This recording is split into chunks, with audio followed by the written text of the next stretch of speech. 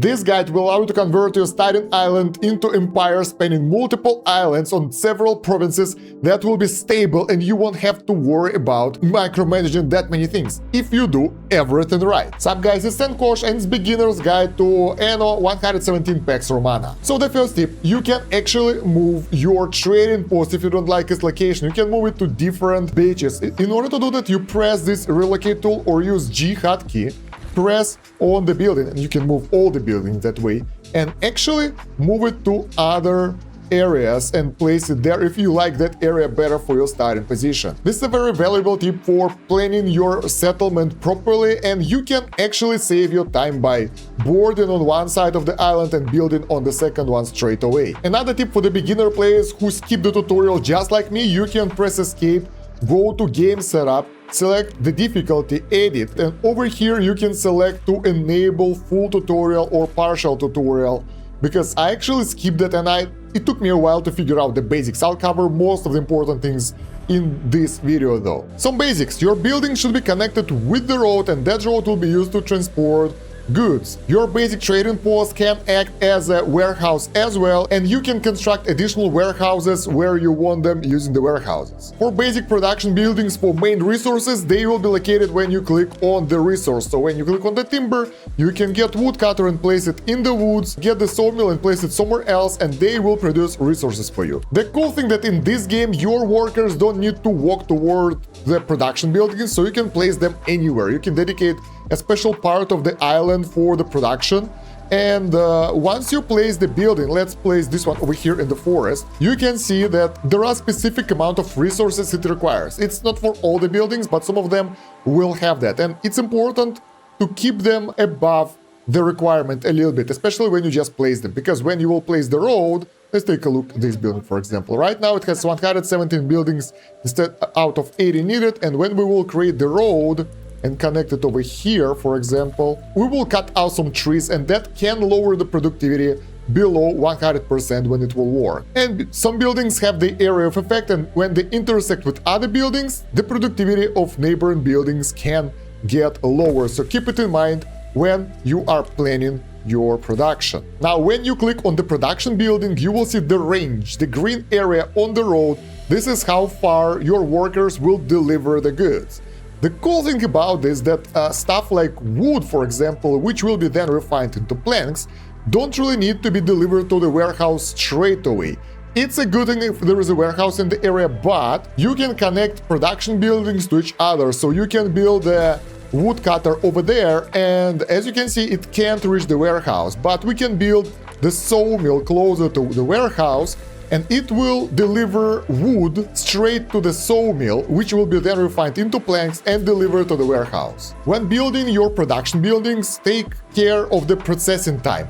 For the forest camp, it's 30 seconds to produce 1 ton of unit. 1 is 1 ton of unit of the resource.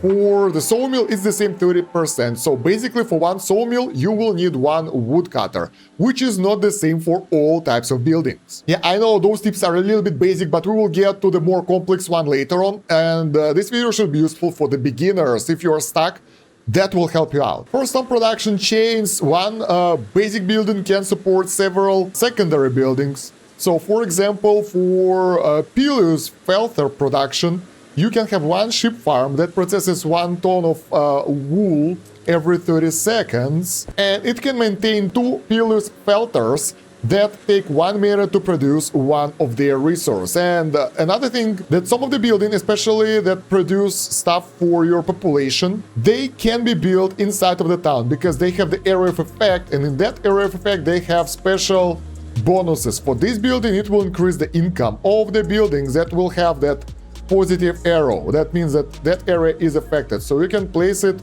there in order to boost your population bonuses. So we can build 2 of those buildings in this area, and 1 sheep farm will be enough to supply them with the resources. Also, the game already mentioned you in the tutorial, but I'll say it again, you can unload all the resources in any warehouse, including the basic port, and they will be available from any other warehouse or port in this island. So all the resources are shared, and it's important for your production buildings to have access to the warehouse in order to be active. Like those two buildings, they have the icon that there is no warehouse in range, and you need to fix it in order for them to work. Otherwise, they won't do anything. And the warehouse should be once again in the area of the green road. So let's place one just here for them. Keep in mind that depending on the city layout, on your town layout, on residential areas layout of your town, you might not be able, and most likely won't be able, to build all the production buildings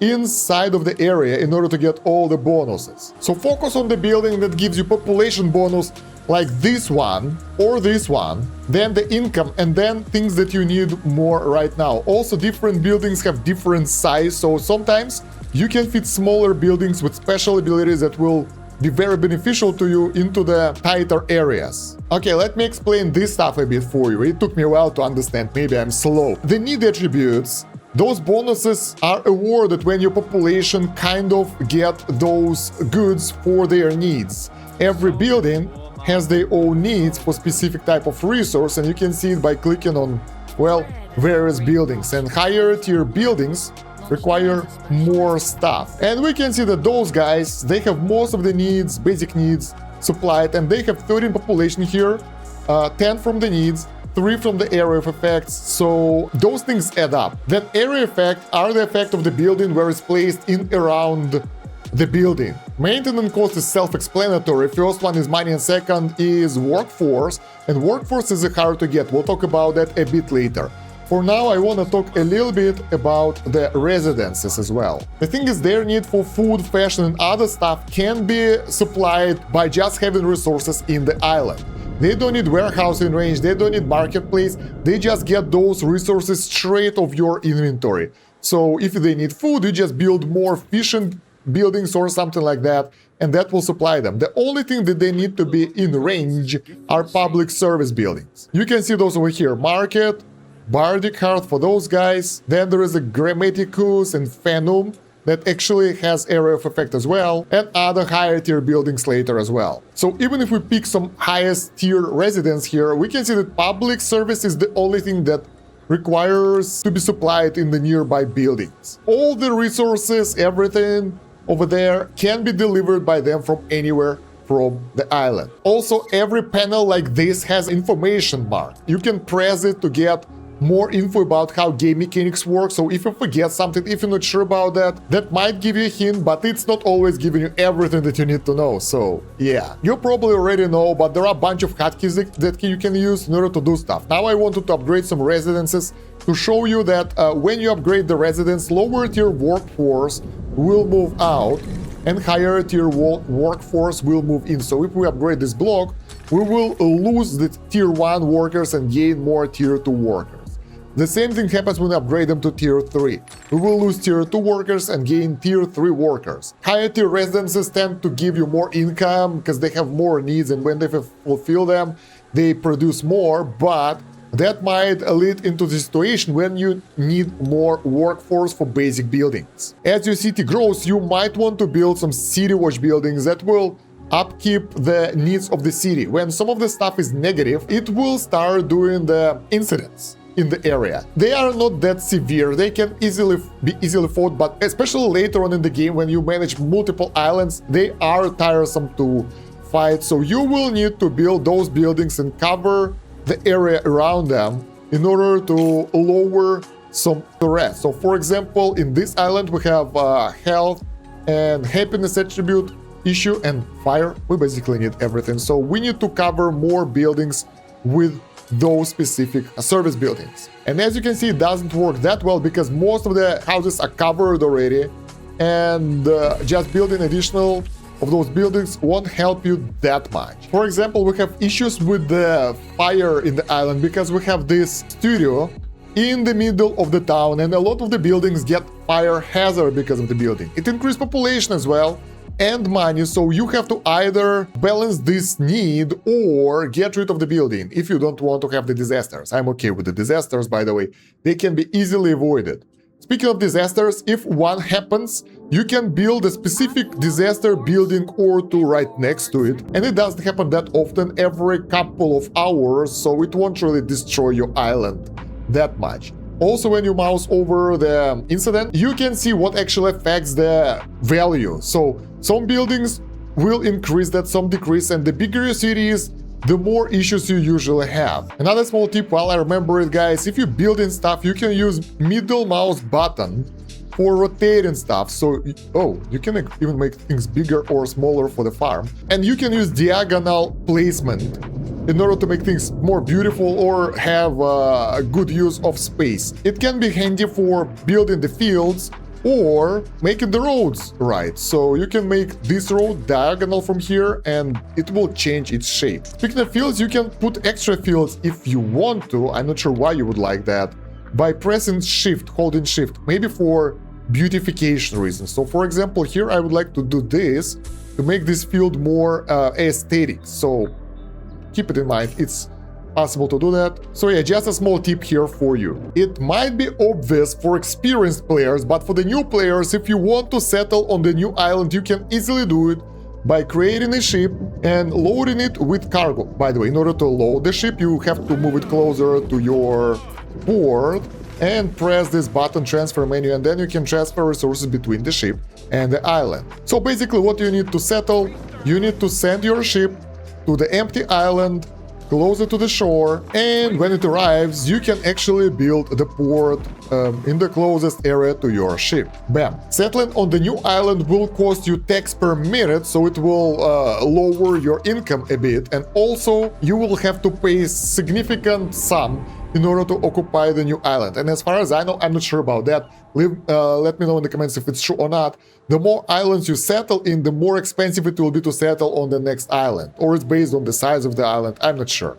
Let's check. 37.5 and 37.5. Yeah, I think more islands you have, the more expensive it will get. Once you set up a new island, the resources will be automatically transferred to the port, and then you can start constructing the same thing on the new island like on the previous one, and develop its economy. This is pretty straightforward, obviously. Once again, why do you want to settle on the new islands? For people who never played Anno games, different islands has different resources on them, and you will need more of them as you develop your town to supply your people and get more stuff. So higher tier buildings will require specific resources which are available on different islands. You can take a look at the province map to see all the islands, who they belong to, and what resources do they have. You can just mouse over the island and you will see island fertilities. That is stuff that grows at the island, and raw materials are, well, special slots of the island that can be used for some production. Speaking of map, you can also switch between the different provinces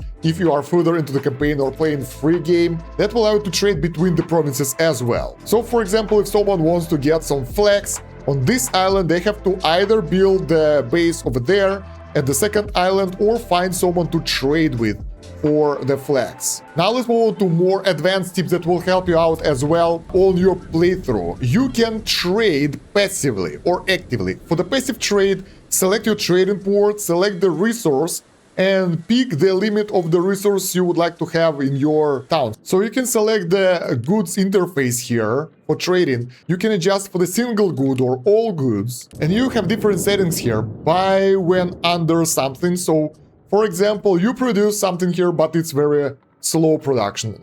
For example, swords, and you would like to have your swords at least at let's say 20 in case if you would like to recruit something. So that will do.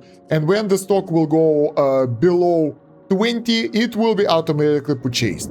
You can also sell stuff when it's above something. So you would like to maintain, let's say, your reed shoes. You would like to maintain your reed shoes at least 50, and the rest of them will be sold. You can also use maintain stock in order to keep the stock a specific value. So if it will be higher, it will be sold, and if it will be lower, it will be bought automatically by the traders. Minimum stock is the value that will be stored at the island, and it will prevent it from being shipped out to other islands or being sold. So I prefer to keep it at least 40 or 50, so everything will be available, especially if I'm trying to deliver it to other islands of mine. So that's for the passive trade routes. The traders will come into your port and buy extra stuff that will give you extra money. Then you can establish trade routes. In order to do that, you need to click the new trade route, select the colony you want to buy from or deliver from, let's say from this area to this area. Then select the ship. Any of the ship will do, but I prefer the civilian ships because they are like chill. And figure out what do you want to load and what you want to unload at specific islands. So for example, we will transport their, let's say, tiles and unload them there. But from the second island, we would like to get, let's say, herbs, for example. We load herbs there and unload them here. It's also possible to put loading and unloading at the same time. That will allow you to actually exchange the resources, and your ships will be able to carry more. Moreover, there are special options here. You can wait for goods, discard cargo if there are too many, and wait to unload. It might be an issue if you put it like this, because some specific resource might overload your cargo. So for example, we can load all the reeds, and there will be no cargo space on the second island to unload them, and then they will not load tiles, so it will break your trade route. Honestly, it's better to do it like that for early game, and then you will understand how it works a bit better. I didn't yet. And then you just press establish route, and your ships will travel between two islands. The same way you can trade with other nations on the map, other rivals and towns. So you select two towns, decide what to buy and what to sell after selecting the ship, but you can only buy the goods that they are buying and sell the goods that they would like to buy. So make sure that you have that stuff. For example, those guys would like to buy reed shoes, so we can sell them the reed shoes just like that and sell them there. But personally, from my personal experience, I never did that because it's inefficient. It will take a lot of resources from you to do it early game, at least maybe it's for the later game, and you won't get that much money. Because right now I'm generating about 2k denarii. During my playthrough I generated at least 500, and selling your shoes will take so much time, so it's better to sell the extras in your port. That's my opinion. Share your opinion in the comments as well if you have the different one. Since we're talking about the ships, once you will grow your main town and start building more ships and army, they will take a lot of basic workforce. And in order to avoid that, you can select the ship, you can select the workforce, and here select the town where the ship will take the workforce. Although as far as I know, it only works inside of the region where it was created, so we can use only this province for this ship. And instead of main town, which is Hotslip for us, we can use Hairdale. So let's try that. And bam! We have way more free work source in the area. That's actually really helpful because armies and ships take a lot of workforce. In our case, it's 308 units. That's a lot. I could say just 308, whatever. But yeah, that will save so much workforce. Then again, the same way, it might not be necessary for you right now, but while I remember, where's my ship? Any ship. You can select the ship and send it to an island, and over here you can select Latium and Albion Islands. So if you want to transfer it from this area to a different one, you can select the Juliana, our base colony over there, and it will just go to the edge of the map and appear at the second province. Pretty cool. The same way you can establish the trade route between the towns through different maps, but I'm not sure if it works during the campaign because you are... I don't want to spoil it to you, so you will see it yourself. Another thing is, once you research one of those technologies that allow you to get the wood around the building, for example, this one is for the woodcutters. Let's wait for it to be researched. There we go. Once you research that technology, every woodcutter building will surround it with trees. So you can use it to gain multiple wood sources. So let's place one here, and they will grow the trees around them. The cool thing that once you will destroy the building, the trees will stay and you can use them for other types of building. So for example, you would like to make charcoal burner. This area has only 9 trees. Not great, right? You place the woodcutter here, bam, area is filled with trees. You get rid of the woodcutter, you create the charcoal burner, and it has the full coverage of trees now. Ta-da! A little bit more about production. You can always check your production tab over here if you click on your portrait, or Ctrl Q, I think, and check your production. That will show your supply and demand. Supply is green, demand is white. And if the white is more than green, like for the tunics, you have issue. That means that you are underproducing stuff and your people need more of that stuff. So try to fix the screen from time to time and fix the issues that you have. You can also select one or all your islands in order to figure out your empire's effectiveness, but overall, it's easier to control one island just for the sake of balancing your towns. Let's put it like that. By the way, for more complex production buildings, you can also see the required goods. So for pillars, the same building that produce hats, you can see the production of wool as well. So it's easier to figure out what's happening. You can also check the buildings, where they are, how many workforce do they have, and how productive they are. Governance screen here is for the money, so you can see your economical situation, what consumes your money, what actually generates it. So it's a pretty cool thing. And the effects are the bonus effects that are available in your region and how they work towards each other and so on. Let's talk a bit about the specialists now. Specialists can be also purchased in the specific buildings at the traders. So you can switch to items. The specialists are called items here, yeah. I'm sorry about that. And you can select the ones that you want. So the best order of specialists will be the one that will give you workforce, then knowledge, then income, then health, then belief. Speaking about religion, you can select different gods, but honestly, for your basic islands, basic production, you are pretty good with Ceres because it improved all residences, provide additional population. You need only 250 devotion for that. That bonus is awarded at those milestones, and the production of mostly food buildings is always nice. But you can always switch to another god if you want to, set patron. That will reset your devotion, so you will have to earn it again. But if you want to respect your island for something else, you can do that. Also, once you reach specific milestones, you will be able to build specific buildings for the gods, and Ceres allows you to create Shrine of Ceres, which is great. Another tip with the roads, you can build the roads on the water in your harbor area, and later on you will be able to build fishing huts and other buildings over there as well. So you can utilize additional space like that and build a fishing building over here, but it will require some research, either firmer foundations for harbor buildings or harbor mastery for Albion buildings. It can be situational, but it can allow you to optimize your harbor area a bit better. So we can place this building here. It still can go over the limit of the range, but you can utilize more stuff, especially later on. If you don't like your island names, you can rename them to Island 1 by clicking their name at the top of the screen, and it will allow you to easier manage your island. So when you select the ship and you would like to make a trade route or something, send to island, you will see their names over here. It's not that great in terms of the historical accuracy and the feeling of the game, but it might make your life easier if you're bad with Latin. You can rename the ships and armies the same way for easier control. And I think the last tip for today, because we already covered a lot, share your best tips in the comments, by the way. You can press Ctrl-Shift-R and walk around your area for more, I don't know, involvement in the process, try some stuff on the market and so on. Really cool. That will allow you to be more immersive in your town.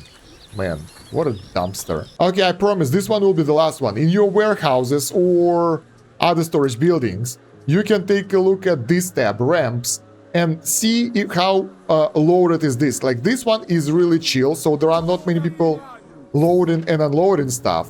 But the ones that are pretty busy, they can be queued up quite a lot. And that will slow your production, that will congest your logistics, so you can upgrade it after the research. That will increase the loading ramps limit. That's why you don't want to fit too many production buildings next to one warehouse, because it won't be able to handle the heat. And this queue thing will really slow things down. And the only way to do that is upgrade the warehouse or build additional one nearby in order for them to kind of lower the logistic load between them. So there we go, guys. I think that will be all the tips I have for you for today for the beginners. I think that's more than enough. That will allow you to have smooth playthroughs of the campaign. By the way, campaign will end with the sandbox mode, so you will be able to continue playing that map if you want to, or if you want to start your new playthrough on the new map, starting from the scratch without any guidance and campaign. Okay, one more, last one, for people who are patient. at the very start of the map, if you want to scout the islands, I found this tip on one YouTube video, you can select your flagship. You can go around the map holding shift to queue up several scouting waypoints, but there is a better way how to do that. You can find all the islands by getting zoomed in, and on specific graphical settings, you can see the peaks of the island popping out. So we know that there is island over there. We can get on top of our hill over here to see better. There we go. There is an island over there, island over here, over there, over here, over here, over here, and I think over there. And there is one more over here. So that will allow you to queue up move orders. Oh, this is beautiful.